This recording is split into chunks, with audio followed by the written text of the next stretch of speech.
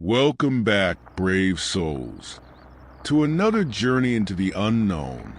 Tonight, we venture into the forgotten paths, roads that time and reason have abandoned.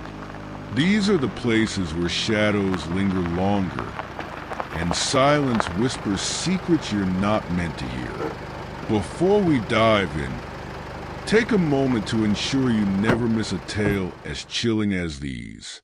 Hit the like button, subscribe to our channel, and turn on notifications. Who knows?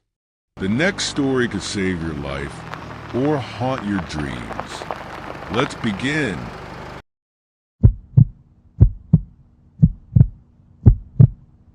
It was a warm summer evening in June when Sarah and her fiancé, Daniel, decided to take a weekend trip to the small town of Linton, Indiana.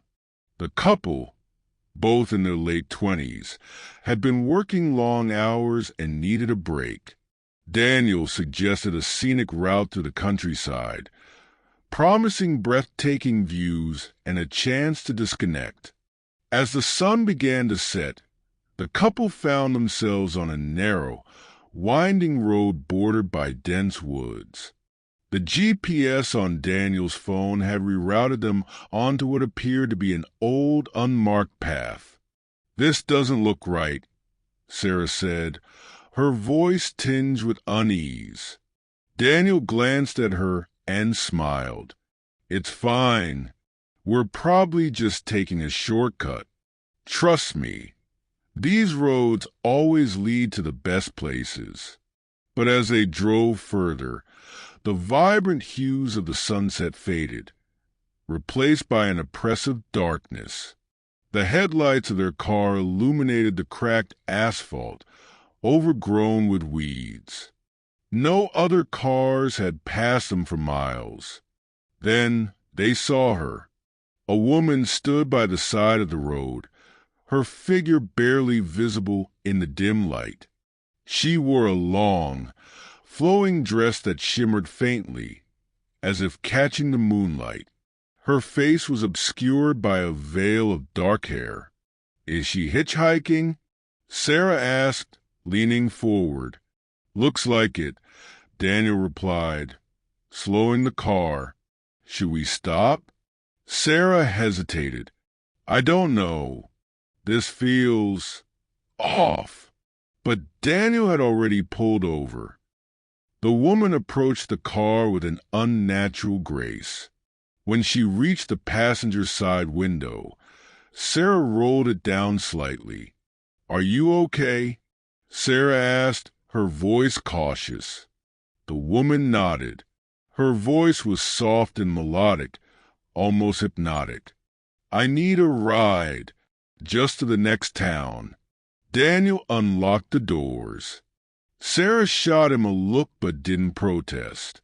The woman slid into the back seat, her presence immediately filling the car with an unsettling chill. "What's your name?" Sarah asked, turning to face her. "Evelyn," the woman replied, her lips barely moving. The drive resumed in tense silence. Sarah kept glancing at Evelyn through the rear-view mirror. The woman's expression was blank, her gaze fixed straight ahead.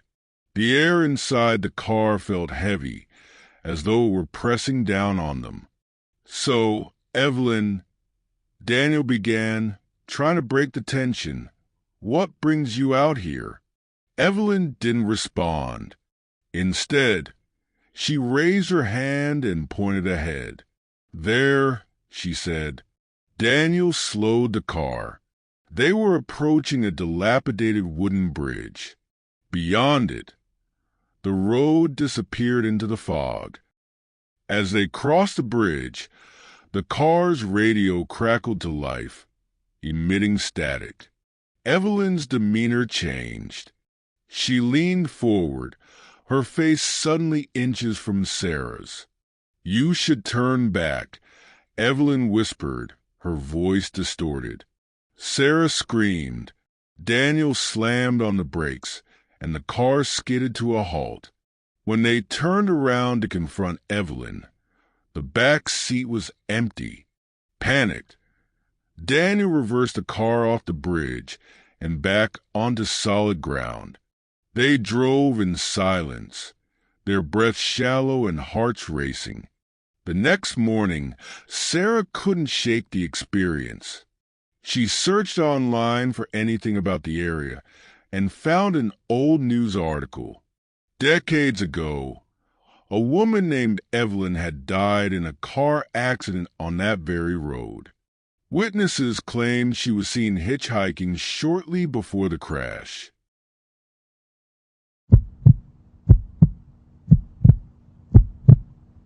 Mike Redding, a seasoned trucker with over 2 decades of experience, had driven through countless miles of America's highways and back roads. But nothing could have prepared him for the nightmare he'd face on a lonely stretch of Route 66. Late one night, as he hauled a load through the Arizona desert, Mike noticed headlights in his rearview mirror. A rusty, old semi-truck appeared behind him, its massive grille and flickering lights creating an ominous presence. He checked his CB radio to greet the driver, but there was no response. "Weird," Mike muttered, adjusting his mirrors. The truck stayed on his tail. Too close for comfort. Mike decided to pull over and let it pass, but as he slowed, so did the mysterious vehicle. "What the hell?" Mike whispered, his pulse quickening. He accelerated, but the truck matched his speed, its roaring engine growing louder. Panic set in as Mike tried to lose the truck. He swerved onto a side road, but the vehicle followed, its headlights piercing through the darkness. Suddenly, the truck vanished. Relieved but shaken, Mike continued driving until he spotted the same truck ahead of him, parked across the road, blocking his path. "This is impossible," Mike said, gripping the steering wheel. He honked and flashed his lights, but the truck didn't move. When he approached, it disappeared into thin air. Mike's heart pounded as he drove past the spot. He began to suspect the truck wasn't driven by anyone, at least not anyone living. The next day, Mike stopped at a diner and shared his story with the locals. An elderly man leaned in and said, "Son, you've seen the ghost truck. It's been haunting these roads for years, ever since its driver died in a fiery crash." Mike never drove that route again, but he couldn't shake the memory of the truck that had no driver and no reason to exist.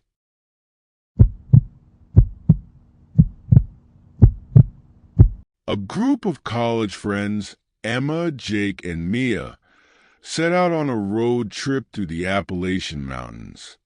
Emma suggested a shortcut she'd found online, which led them onto a narrow, unmarked road. Hours passed, and the scenery didn't change. The same crooked tree, the same rusted sign, the same mile marker. Jake frowned. "Didn't we just pass that?" Mia laughed nervously. "Maybe we're just tired." But the loop continued. Every turn brought them back to the same spot. Their phones lost signal, and the car radio emitted static. Fear replaced their initial excitement. Night fell, and the road seemed to close in around them. Shadows danced in the headlights, and whispers filled the air. Jake stopped the car. "We need to figure out what's going on." Emma stepped out, holding a flashlight. The beam illuminated a sign that read, "No exit." She turned to call the others, but they were gone. The car was gone. She was alone. Emma ran, until her legs gave out. Just as despair set in, she stumbled onto a paved highway. A passing car stopped, and an old woman inside said, "You're lucky you made it out. Most don't." Emma never spoke of that night again, but she dreamed of the endless path that tried to claim her. These stories remind us that some roads are forgotten for a reason. Perhaps they're cursed, or maybe they're simply places where the boundaries between our world and the unknown blur. Whatever the case, if you ever find yourself on a path that feels wrong, trust your instincts. Turn back.